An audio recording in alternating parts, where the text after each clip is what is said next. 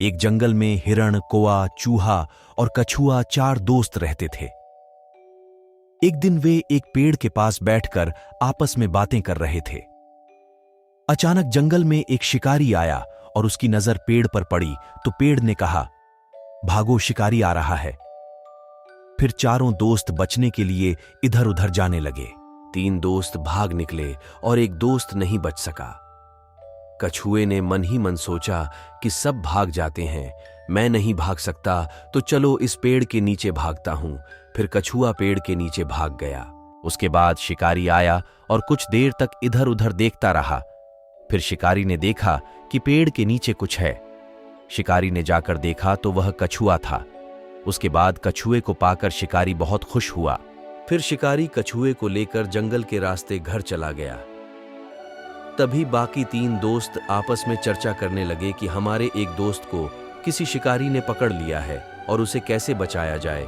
उन्होंने तर्क दिया कि जंगल के जिस रास्ते से शिकारी हमारे दोस्त को ले जाएगा, उस रास्ते का कुछ उपाय करना होगा। ऐसा करना चाहिए ताकि हम अपने दोस्त को बचा सकें। वे जल्दी से जंगल में उसी रास्ते पर चले गए और चूहे और हिरण ने मिलकर एक बड़ा छेद खोदा और कौवे ने घास और लताएं लाकर छेद के ऊपर रख दी ताकि शिकारी को पता न चले कि यहाँ एक छेद है।